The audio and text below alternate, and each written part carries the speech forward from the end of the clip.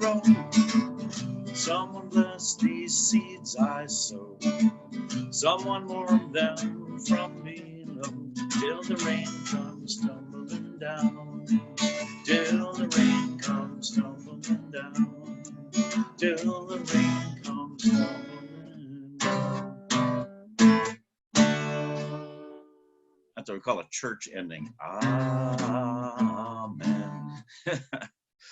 All right, well, it's inch by inch because that's how we want to kind of think of our gardens to start. Don't get too carried away. So let's go ahead and put the guitar down here. And Stacy's going to work her magic. So inch by inch, let's go ahead with the first slide. And here it comes. So inch by inch means just this. Don't go out and plow up the back 40 or plow up your whole yard yet. So we're gonna kind of dwell on that today about starting small. Okay. To follow that one up, I don't know if you have one of these, but I just couldn't resist that one. GMO, I don't know. Okay. So again, inch by inch means start small. Don't plow up the whole yard yet, and we'll touch on that throughout the presentation. But and I'll give you something to help with remembering that and setting up your garden like that too. Okay. So one of my rules, I call them Ryan's rules, is grow what you like. You know what those are? Turnips. Not a big turnip guy. I would never tell a kid that in our school programs though, because we want to encourage them to try different vegetables. And my wife feeds me lots of vegetables and I dutifully eat them, but I don't always like all of them. I love peas though. I eat peas every day, but I'm not a turnip guy, so I'm not going to grow them. So it's easy. Just grow what you like. That's a great place to start. Another great place to start, and this will be a big help to you, is Johnny Seed. So johnnyseed.com, and you can follow this link further, but just go to johnnyseeds.com, the Growers Library. If you find that, you can continue on with that link there, seed planting schedule calculator. It's not too hard to find. Enter the spring frost-free date, which for us has traditionally been May 31st, and you have to include the year. So you're going to put in on the Johnny Seed calculator 5/31/2020, and it will automatically give you a whole list of vegetables and flowers, when to start them, when it's safe, theoretically, to put them outside, of course, after hardening off. We don't know what the weather is going to do, but that's a general suggestion. But really, it's pretty much time to start everything right now. There are some smaller seeds like snapdragons and lobelia take forever, and those should have been started probably in January. But if you do that, then you've got to take care of those plants until the end of May, and that's a lot of work. So those we probably buy as transplants. But the seed starting calculator, very, very handy. Just let Johnny Seeds be a friend and a good go-to place. Okay. So roots, stems, leaves, flowers, fruits, and seeds, those are the plant parts we eat. And I just have to grab something here. It's the guitar again, because there's a song about this.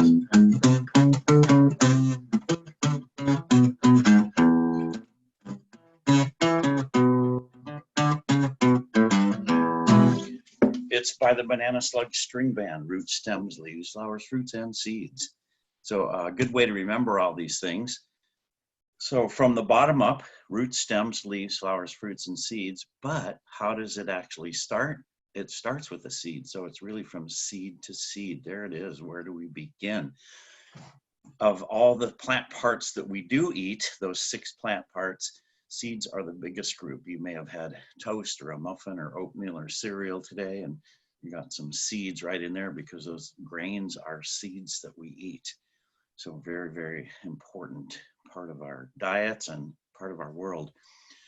Vandana Shiva says, seed is the source of life and the first link in the food chain. Control over our seeds means control over our lives, our food, and our freedom. And she's pretty awesome lady and all about heirloom seeds. George Bernard Shaw said, think of the fierce energy concentrated in an acorn. You bury it in the ground and it explodes into an oak. It's like magic. How did that big, huge tree get inside that little acorn? It's just a miracle right there. So what's going on inside? This is the classic kind of grade school drawing of a bean seed. Lots of experiments. There's even a book called Beyond the Bean Seed, because there's so many teacher things related to that, but it's a good one to look at. Inside, we'll just call it the baby plant, just keep it simple. You might know I taught first grade for 21 years, so I sometimes resort to that, not as an insult to your intelligence, but just to make things easy. So there's that little baby plant inside. All the rest of that is food in there. And when that plant starts to grow and those leaves pop out, it starts eating that food. Once the second set of leaves come out, the sun takes over, and that's when you would start adding fertilizer too. On this drawing too, on the left side is the outside of the seed, and a lot of times you can tell on a larger seed, and the reason you would want to know that is because sometimes we scrape a hard seed coat to initiate germination, like our canary bird vines is really a hard seed coat. I soak them overnight. I used to nick them with a nail file or nail clippers or emery board. But you want to do it on that left side, not to injure where the root is coming out, that hilum area there. So good to know a little bit about what's going on inside this package. We say that a seed is a plant that has brought its own lunch. Everything it needs to start its life is there. You just add the secret ingredient, which is water. So why start from seed? You grow your own food. It's healthier, more nutritious at a fraction of costs. Save your gas money with fewer trips to the store. When you buy started plants, you don't know what's been sprayed on them. If it's something you're going to eat, you have much more control over it that way. It's easy and fun. That's a good enough reason right there for me. You can grow unusual plants from seed instead of things that are going to be pretty typical in the nurseries. They know what sells and they're going to kind of stick with that. So it's fun to shop around when different nurseries have different things. If you have personal control over nurturing your seedlings to become the best plants they can be, and it's a long legacy of American home gardeners. And this is from the Home Garden Seed Association, and that's another place to be familiar with. Home Garden Seed Association, just Google those guys. There's some great information on there, like the easiest seeds to start, and just lots of good information for you. I don't know if you remember the old commercial. I'm giving away my age here. I can't believe I ate the whole thing. So I can't believe I planted the whole thing. Some seed packets have 50 tomato plants in there. Just plant 10, give some away, or share with a packet. Don't plant them all, or plant a row for the hungry. And we can talk more about that very important thing too.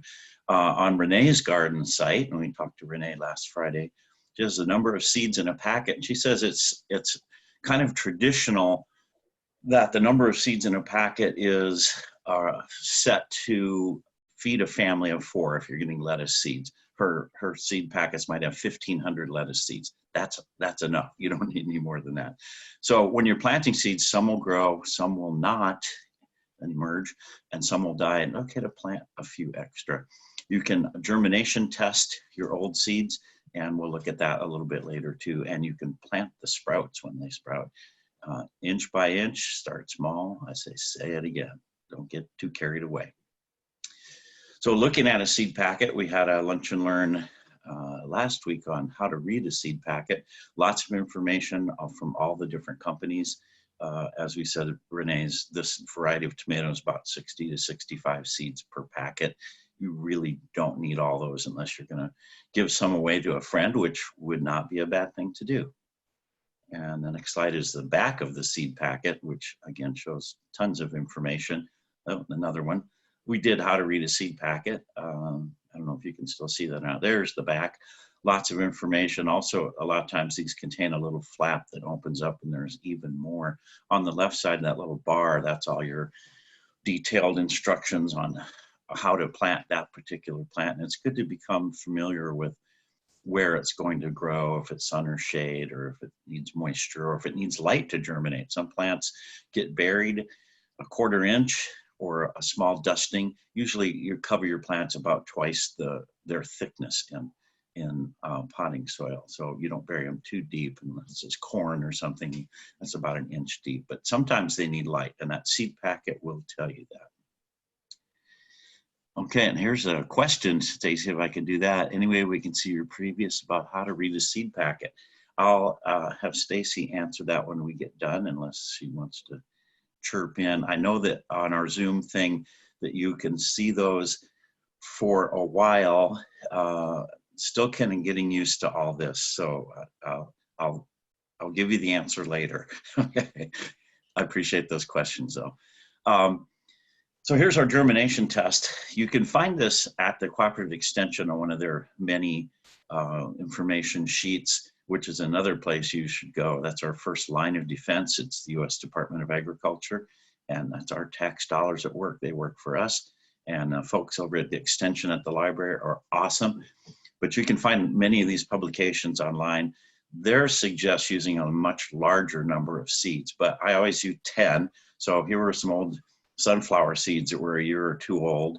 I rolled them in a wet paper towel, put them in a little Ziploc bag. Those snack bags are perfect. And keep it warm and check it maybe every day or at least every other day. In a few days, you'll get some sprouts.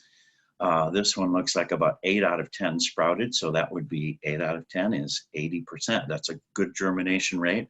I would plant that packet of seeds. You can also plant the sprouts. If it's less than 50%, I might buy new seeds. Certain varieties don't winter over well or stay very stable, like onion seeds, I think is one. If you have older seeds, you could sometimes throw 2 in a cell.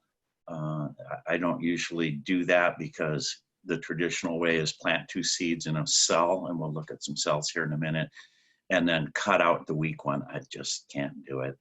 I just have to plant 1 in each cell. Sometimes they don't come up, but I can deal with that. Just plant plenty. So some supplies. Sorry, there's a lot of verbiage here, but I'll just kind of speed read it. So really where you need to start, you need some flats. So you can find those. I'll let you read that and I'll just kind of talk over it, but they come with holes or without. I like to put one with holes inside, one without, and you have then no mess really until they germinate. Then they need to not be in that because they need air. If you buy the little setup right now, I'm just thinking of the Jiffy product that you're going to see at the big box stores and the nurseries right now. Comes with the whole tray, comes with cell liners, and then the clear plastic lid on top, which you take off after they germinate. You need soil, use the best you can buy. I like the cocoa, I understand it's supposed to be pronounced coir, or coir, I guess, as I've been saying, but that's a good seed starting mix. Most of your seed starting mix are gonna have vermiculite, again, on soil, buy the best you can afford. Do not use topsoil or dig up something from your backyard. It's just too heavy. You're going to need some way to water that's not too forceful on your little baby seeds. That's why if you use that flat in flat, the whole flat in a no flat, I'll show you a picture of these here in a sec. You can put water in the lower tray and it won't leak out and it can soak in. And particularly for my poppies, I do that because I love to plant lots of poppies and they're like dust and they'll become dislodged. So it's good to bottom water things. You definitely need some seeds and they're out there now. A note on that too, again, we had a great conversation with Renee Shepard on Friday. She says, unprecedented, they've been selling out a lot of them. So if you look on her website, reneesgarden.com, you'll see a lot of seeds are sold out. There is no world seed shortage. She says, don't worry about that. There's plenty out there. They're just selling out at their business. I got 2 emails, one from Botanical Interest and one from Territorial Seed, that said they're suspending orders for a couple weeks. They have the seeds. They're just getting such a people reaching out that they need to get caught up. So don't worry, there's no seed shortage. You can get them. The good news for us is a lot of them are in the stores already. I've been to several nurseries, and there are seed racks. Ed Hume, Renee's Garden in there. Some of those might be sold out. Your favorite varieties might be gone, but it gives you a chance to try something new too. Do you need a grow light? That's always a question. I have a seed flat on the table here. I'll try and show you at the end, of some little zinnias I've been growing under lights. They are so happy. And again, if you started them a month ago, I think you do need lights. We're up to probably 15 hours of daylight now, but it's not sunny today. You might not have the sunniest window. I would definitely consider doing some lights, especially if you're starting in early spring. Okay. Get some labels, and that's something you can do now. If you're direct sowing, you're going to plant things right in your garden, you can't get out there yet. I've still got 2 feet of snow in some places in my yard, but I can make my labels. I can look at my seed packets and say, or my Johnny seed calculator, and say, when should these be planted? And I write on the seed packet, 4 to 6 weeks before the last frost date, which is now. So I make the labels. On the label, I like to write the date, the variety. If I have a Latin name, I like to include that because it helps me learn more. That's just something I like to do. And I write RG for Renee's Garden, BI for Botanical Interest, EA for Ed Hume. That's a reminder, kind of a little mini journal of where you got the seeds, and then not a bad idea to keep a journal and see how your things did. A fan is helpful. It moves the plants and it strengthens the stems. Just some ventilation is helpful. Fertilizer, organic if you're going to eat it. You don't need that until the second set of leaves comes out. You don't really need to fertilize your baby seedlings, like the very, very small ones. Heat mat is great. They can cook your seeds though, if you leave them on too long and they get dried out. And the reason I know this is because I've done that. I kind of just dried out some really expensive seeds. I didn't check them every day. You can get thermostats, you can get a timer. A friend of mine that has the Cobra tool company put a layer of 1/4 inch plywood over his germinating mat. It distributed the seeds, the heat a little bit more, and it kind of moderated the heat too. So a heat mat is great. They're not cheap, and really not necessary if you have a warm place. Comment on that too. We start warm, grow cool. So get them off to a warm start, take that lid off, and then cool them down a little bit. Different pots are available. There are plantable pots, and we'll look at those. I'm not a big fan of those, and we'll talk more about that on the next slide. So just one more page of stuff to look at. Sowing, a little vocabulary, is the process of planting seeds. As you reap, as you sow, so shall you reap. Germination means when it starts to grow into a seedling. Damping off, where seedlings are killed, usually some kind of blight or fungus or mold or something. So you need to let them not be too dry, but your initial seeding has to be damp. Those seeds have to stay moist until they germinate. That's where the fan would come in handy too. Seeding blight is something that could happen. Don't worry about that stuff. That's probably not going to happen to you. Hardening off, can't do that yet. Later, and sometime in May, we'll put our plants outside in a shady spot for 5 to 7 days. Don't burn them up in the sun, and they get used to the weather outside. It's way too cold to be doing that. The seed leaves are the first leaves that grow from the ground. Those are not the true leaves. Botanical Interest has on the back of their packets a drawing of the baby plant, because a lot of times you can't tell what that first thing is. I reuse some of my soil from last year. I screen it and use it in my outdoor containers. Somehow chickweed always gets in there and has seeded itself, but I now can recognize a baby chickweed before it gets out of control. So it's good to become familiar with what the seedlings look like. The true leaves are your second set of leaves that Like your first leaves on a marigold, you're not going to recognize that plant. As soon as the true leaves come out, you'll know, oh, that's a marigold. Okay. So here's a first grade thing. We say, what is the law for plants? But this helps us all. So what do plants need to grow? That starts with the letter L. You probably guessed it is, say it out loud, light. All right. And what do plants need to grow? That starts with A. Oh, you're good students. Everybody said air. And what do plants need to grow and live? That starts with W. You guessed it. It is water. There we go. You're good students. Now, the reason pots have holes in them is because you need air and water in a balance. You need water to go into the soil. You also need water to go out of the soil and not drown your plants or flood them. Okay, here's something to help with that too. Another one, this is from our Junior Master Gardener program, PLANTS. I won't make a guess on this one. Go ahead and show them, Stacy. Plants need a place. They need light, they need air, same thing. They need nutrients eventually, not when they're first starting. T is for thirsty, because W wouldn't have worked there, and S is for soil. And to help you remember that, a little bit of sign language for you. There we go. So your index finger comes, kind of move it down your throat. You can move your whole hand or just your finger, and use your face like you're dying of thirst, like this. And if you're thirsty, just use that sign. And then tap on your lips, W for water. Yay, a little bonus today. So how do we start? We got all those supplies and things, and we're going to talk more about supplies too, because I can help you out on that part. But that's not my greenhouse. I wish it was. I could cover up my whole yard, would be awesome. But how do we start? Let's go for it. As we talked about, you need a seed flat with or without holes.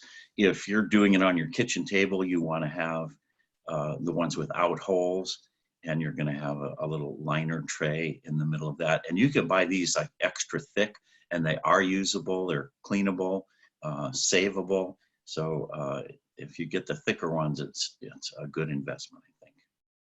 Okay. You need good potting soil. Again, I say get the best you can afford. Do you like the black gold? Bell's sells its own variety. Lots of times you'll see fishy peat, which is from Alaska too.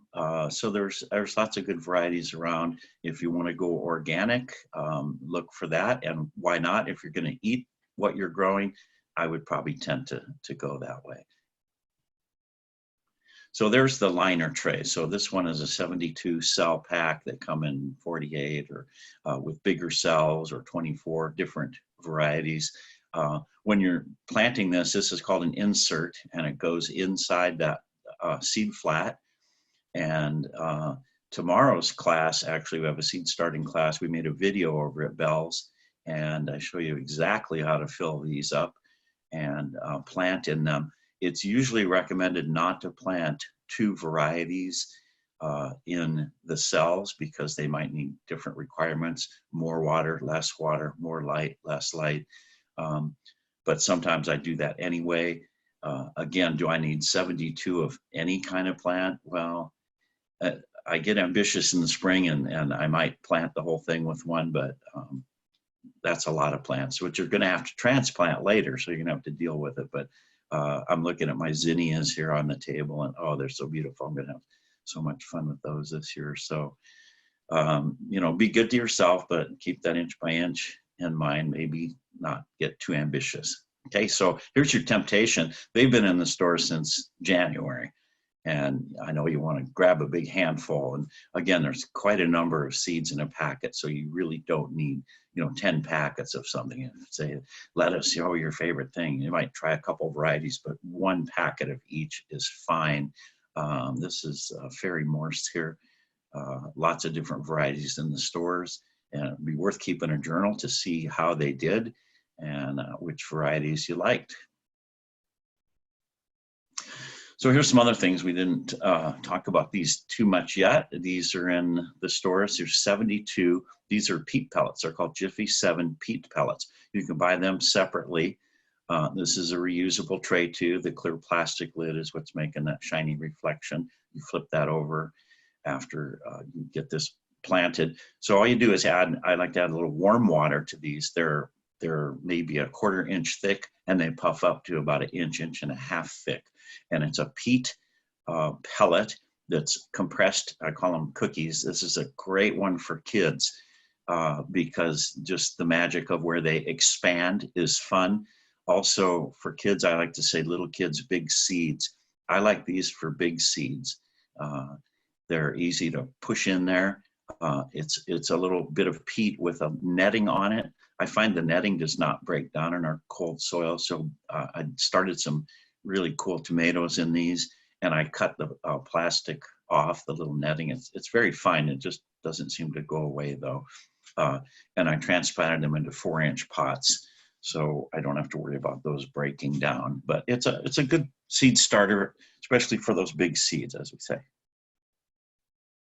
They come in smaller ones if you don't want to get too crazy. Here's only 12, which really is a good number for you. And you could use a smaller seed in it, but I just find these are handier for the bigger seeds. But that's a little windowsill planter. It works pretty well. Same deal, Jiffy 7s. These are peat pots, and I haven't seen the cow pots in the store. Cow pots are the same thing, but made out of steer manure. So kind of interesting. I just find that these don't break down in our cold soils very well. So not really a big fan. If they work for you, that's great. The other thing with these, the idea is that they'll break down in the soil. Where I grew up in Iowa, yes, easily in one season, but here not so much. Also, if you plant them and they're sticking up above the soil level outdoors, they will wick moisture away. They'll dry out too fast. So not a big fan of these. Again, if they work for you, go for it. Okay. Self-watering tray really is what we're talking about, that pot in pot type thing. This is a 36 cells, so that's not too many. That's a good size. $20 for that. That was a couple years ago. Probably about the same. Burpee setup, same thing. You have the cells, you have the tray, you have the lid. These look like nice deep cells too that would encourage deep root growth. One of my favorites right here from Gardener's Supply, the GrowEase Seed Starting Kit. These are very sturdy, reusable, washable. I've saved these for years. They've got replacement parts, which we'll look at. So if you ordered this through the mail, you're going to get the very sturdy seed tray. You're going to get a little table kind of that fits inside. We'll look at that in a sec. And then you're going to get your cells, and you also get the clear plastic lid, and it comes with a seed starting mix if you need that. You can just order the GrowEase if you want to. The good part is, what have we got? 4, 8, 12, 16, 24 cells. That's not too many. That's really a good size. It makes you behave, not plant too many plants. Okay, and here's the inside of that. So that the thing in the middle, that spiky looking thing, that fits down in the tray. That's sort of like the thing in a pizza box that holds the lid up, a little table thing. It's kind of like that. The rectangular pad that you see there is like a felt heat capillary mat. You put the spiky thing down in there. You put the mat on top of that. One end trails into the tray. You put that cell tray on there, and this is a windowsill size one too, not too many. And then you've got your lid. So after you've added the soil and the seeds and your label, stick that in a warm place or on a windowsill. And those are nice deep cell holders. And what happens is, if you keep them wet while they're germinating, and then make sure that they don't dry out, but what happens is the plant's roots seek the water down on the capillary mat, and they get nice deep roots and really healthy plugs. I'm a big fan of this product, and getting that smaller one is a great way to go too. So here's your heat mat. Again, they're not cheap, and that's just one. It's the size of a seed flat, and you will kind of outgrow it quickly. You'll want a bunch of those, and they do make larger commercial ones, and you could check one of our larger stores in town would probably carry those. Not cheap. They come with a thermostat. You can get a timer for it. it sure works, and some seeds will germinate in just a couple days with those, but you have to monitor that. Okay. Here's a little tool I like a lot. It's usually with the burpee seeds. It's a dial seed sower. It's got a little little opening from 0 to 50 is no hole. 1 is a really tiny hole, like a poppy seed, and literally a poppy seed, like on a muffin. Those are small, all the way up to like a sweet peas or garden peas, big. I wouldn't bother with that, except that this is great for smaller seeds. You dump the seed packet in there or part of it, and you dial it to the size of the seed, and you just tap, tap, tap it and drop. I've just dropped 1 seed in each hole. Again, if they're older seeds, maybe a couple in case something doesn't germinate, but it's a way to control your seeding. Works really well. So here's, if you don't have lights, here's what's going to happen. It's they're going to stretch out towards the light and get real leggy. We call them leggy.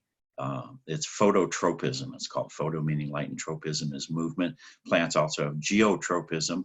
The roots know where to grow. They grow towards the earth. Geo for earth, tropism for movement. So this phototropism, though, those were maybe sunflowers or something I grew in a classroom a few years ago, and they did not have enough light. One thing you can do, though, is spin that thing around. They're all leaning one way, facing the south. Spin that thing around and even them up, but you'll have pretty weak plants if you let them get this far. Let's see if I can get on this chat thing.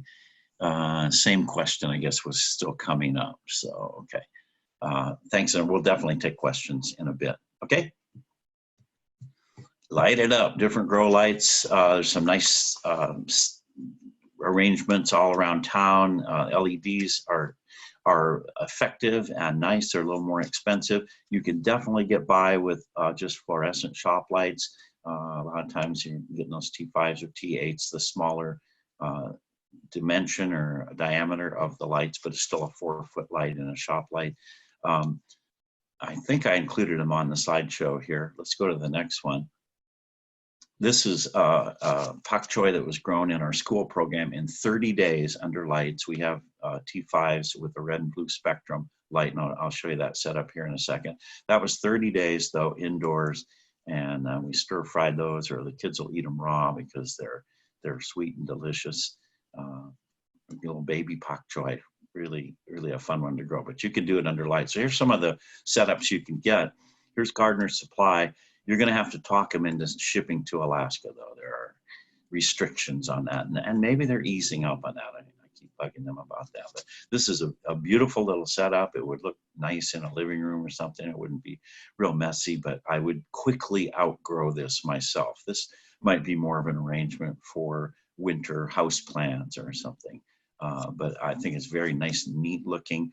The lights move up and down easily. Looks like some kind of cord or chain system with those rings that you can see. So we have a different arrangement on our setups that we use in schools. I think this is a very attractive looking thing. So that's a possibility. Gardener's Supply, here's another one. Again, I bought one of those for a classroom and realized I could fit 2 flats under there, and that's it. And that wasn't enough because I'm growing much more than that. Again, this might be a good thing for houseplants during the winter. This is our school. Oh boy, I get a bad grade for schools today for the spelling. So sorry about that. This is our Costco rolling cart shelves. You want to get those with the big wheels if you're doing this. These are shop lights, and they've got the big reflector hoods on them. The tubs are from Office Depot or Office Max. They're 17-liter, really useful container tubs. We drill holes in the bottom. We put the lids on the bottom to catch the water, and we have them on a timer. We have these in 10 different schools. They're probably all dead at this point since we haven't been there, but a very effective system. I would recommend rigging up your own something like this. You can get a beautiful setup like this online if they'll ship to Alaska for about $800, but you can put something like this together for maybe a couple $100. Our lights are on just chains and S-hooks, so we move them up manually. Not that hard a deal. This is kind of a mini version of what we were just talking about, and this would make a nice little shelf for a smaller arrangement. So transplanting or potting on, reusable plastic nursery pots. I like the 4-inch size because instead of using a smaller 2-inch or 3-inch for my seedlings, this saves me a step because they need to get out of their little plug trays, their little cells, into a bigger thing, and this helps me kind of save a step there. So that's a 4-inch tray pot. You can find those easily. Also reusable, recyclable. Botanical Garden will have pot recycling, I suspect, and in August again this year. So when you get done with those pots, knock the soil off, maybe give them a rinse and stack them up. I save them. I'm only saving this size and then a larger 6-inch size. There's so many varieties. I can't save them all. I recycle them, and I encourage you to do that. There's a timer, just your mechanical timer. You can get cool digital ones. These are pretty easy to do. 12 to 16 hours a day for your plants, about 4 inches above. 2 inches is a little close, but 4 inches would be pretty safe to have your lights above your plants. They would appreciate some lights for sure. Okay, don't forget these. So your recycled containers, I gave you a link there from reneesgarden.com. And she's got all these resources, and this is one of her articles there using recycled containers. And I'm gonna see if I can save, well, I can't hold this up here. You know what these are. This is like your salad container or produce container. This is exactly what those little trays were we were looking at. This does not have holes, which might be good if it's on my kitchen table. I don't want it to leak.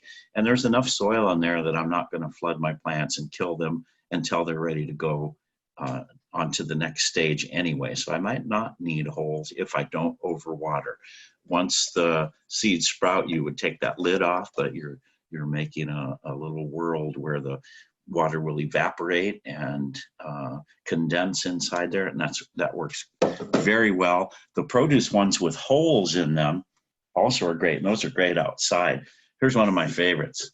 I love my Swiffer Wet Jet, and these are perfect containers. You've got the plastic lid, which is just like what you're buying at the store.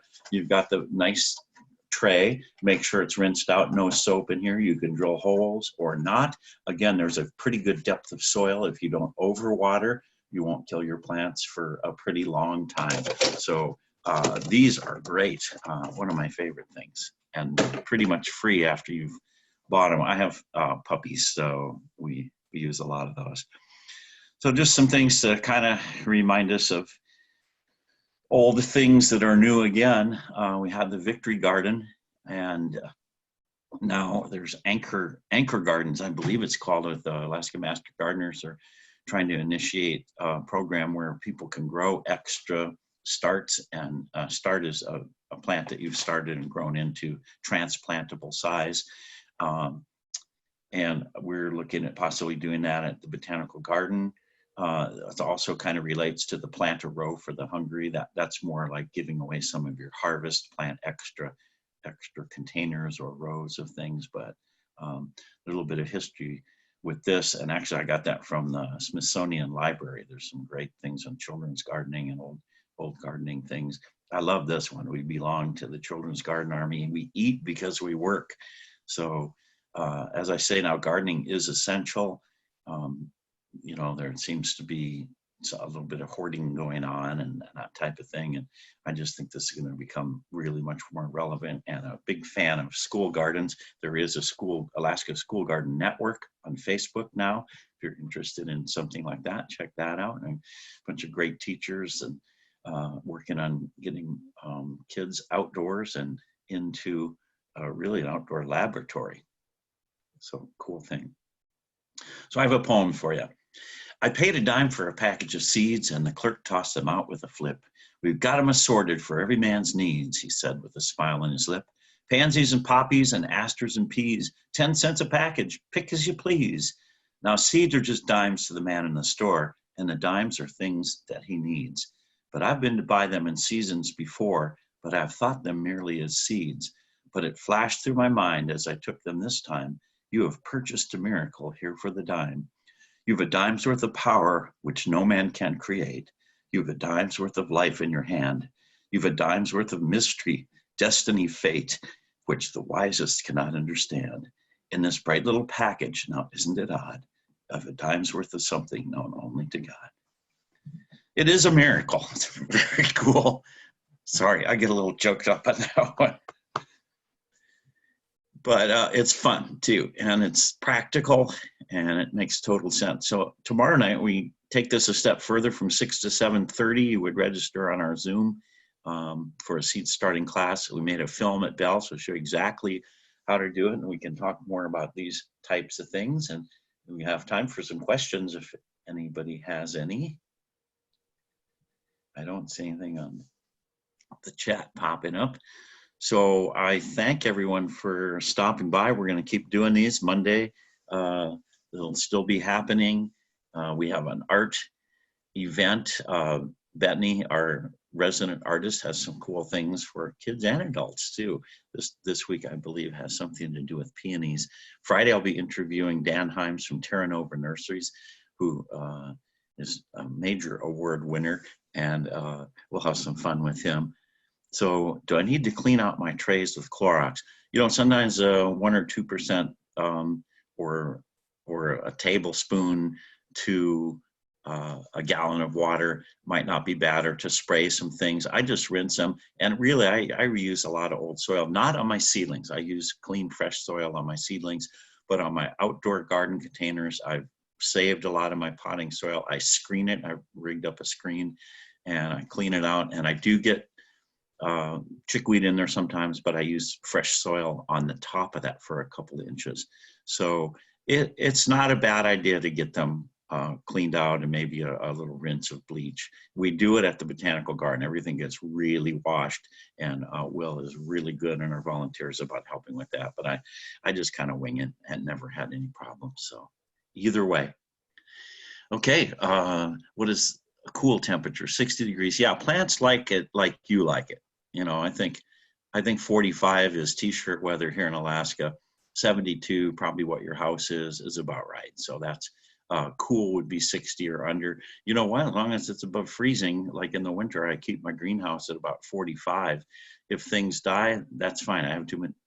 Oh, did I say I have too many plants? Don't tell my wife I said that. So yeah, 60 or even below. 60 would be good to grow your plants. We said start warm, grow cool. You can clean out your trays with Clorox. A little spray wouldn't be bad. Leggy plants, what's to be done? If they're leggy now, get them the most light you can get them. Rotate them to kind of deal with that phototropism, or maybe start some more. They're going to be a little floppy and not so strong. Maybe a fan in there, it helps strengthen the stems. Yeah, and just remind yourself maybe some kind of lighting system to get rigged up this summer. The T5s, I'll just tell you, our whole setup, we worked with Brown's Electric on this.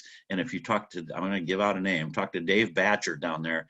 Dave helped us with all this. And I do have a copy of what we did, basic shop light, but with a big reflector hood. So your basic shop light is like a long rectangle like this that stretches out, but it's only enough for the 2 bulbs.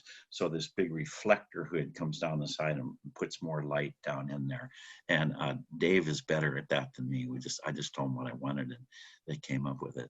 So a fan might strengthen the leggy plants, but if they're kind of too far gone, it might behoove you to plant some more, another tray.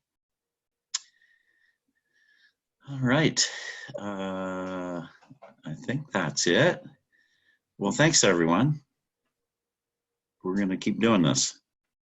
Yeah, thank you. And just to answer the very first question we got of was your previous reading a seed packet, that link is still available, and I'm going to just write in the chat. You can email me your email. We're not putting up the links to those on our website, so I do have to send you the link, but it's just education@alaskabg.org. Put that in there.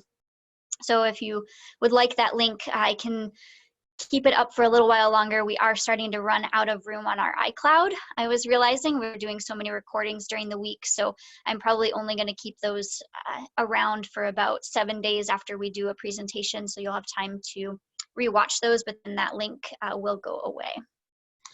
Well, thanks you guys, and thanks for supporting us again, and appreciate the comments, and let us know how we're doing and what else you'd like, and we'll put something together.